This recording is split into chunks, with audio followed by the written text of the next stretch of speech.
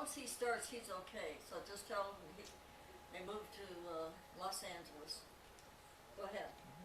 When we arrived from Colorado in a 1925, I think, Buick sedan, we arrived at the Migliazzo family home, and they arranged for us to live very nearby because he had relatives that were making wine during Prohibition, and when you make wine you use a lot of water, and they wanted people living in the houses who would be willing to agree to let, there were about 4 houses or 5 houses, who rented the house at a good rate and therefore allow them to draw the water from their faucets, because the feds used to be able to trace people who were making wine and whiskey and so on by the amount of water they were using.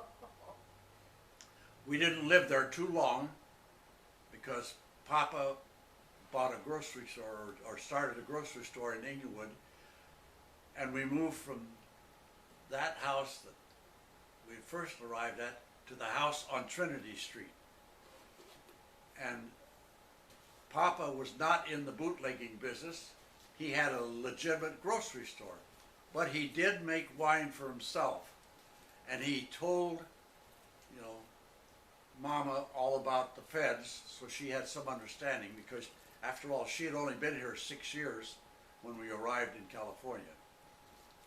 But Papa did make wine, as I say, for himself, and it turned out that one of his neighbors wanted to buy the wine, and he didn't make that much, and he said, no, I just make a little bit for myself.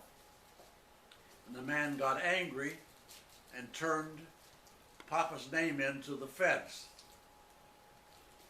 One day, the doorbell rang in front of the house, and there was a little window in the door, and Mom could see these guys, and instantly and instinctively, I guess, she knew they were feds. So before she opened the door, she ran back to the kitchen, opened the cupboard, took out a half a pint of whiskey, crashed it into the sink to get rid of any, evidence and so on and so forth. Then she went to open the door, and of course she knew she had to let them in, and they examined the house, went to the backyard, and found Papa's cellar, which was basically a little hole in the ground with a temporary little door on it. And the end result was that Pop had to pay, I think, if I remember correctly, like $300 or $350 fine, which in those days was quite a bit of money. That was a big fine. Big, yeah. Now in that, Can we go now? huh? Can we go? No, but in that same house while we lived there, Papa did have friends who made wine and delivered it to different people, and so they borrowed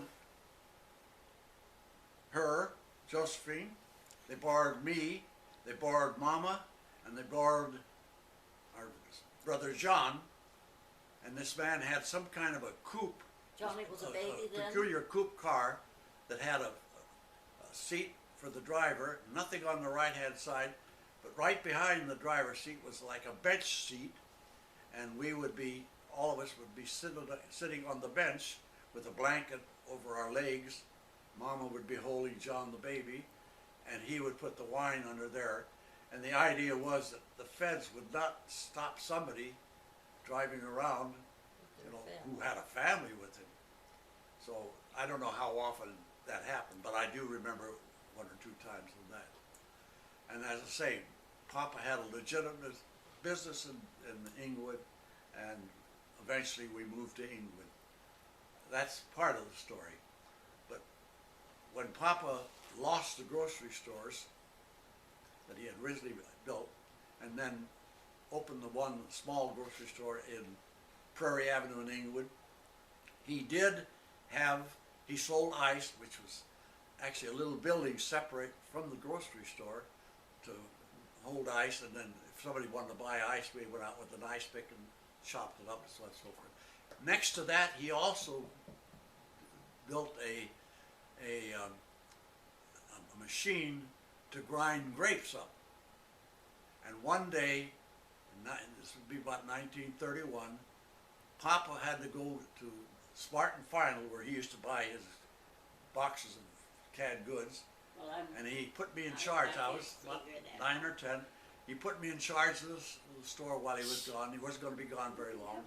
And the feds came in, and I knew immediately they were the feds because they started asking me questions about, did we make wine, because Papa had the thing to grind her up, the grapes up, and what they didn't know was that I was familiar Don't with do that. the society at that time in terms of, That's a movie. you know, We're making a who movie. a Fed was and what they We're want making to a know, and movie. I just said, oh no.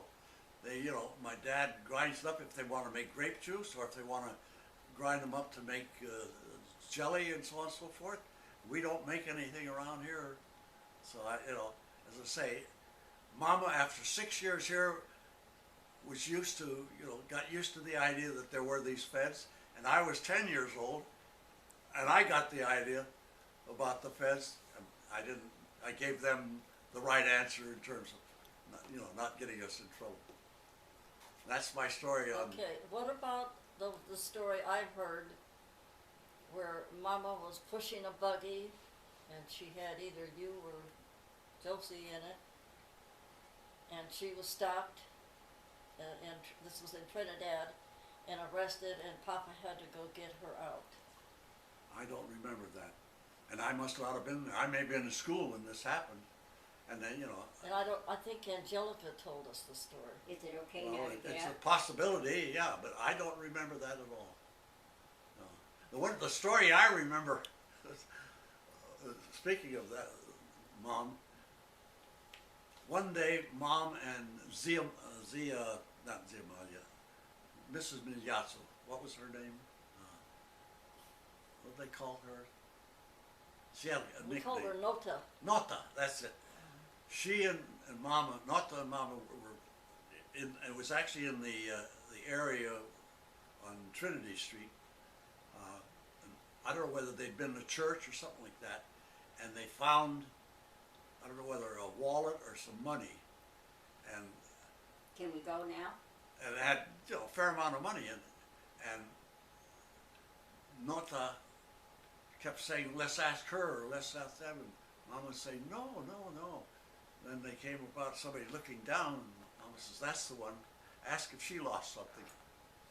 And Mama always told that story that Nota just thought, you know, just ask anybody. You're making me becoming And then, you a know, jerk. but then, you know, that happened. But you look at the camera. No. We're making a movie. Don't do Please. that. Look at the camera, Josie. We're making a movie, please. You're in the movies. I don't want to be in the movie. I want to go home. Okay. All right. We'll be going in a few minutes. Yeah, we got a few minutes. They won't be home. Huh? They won't be home.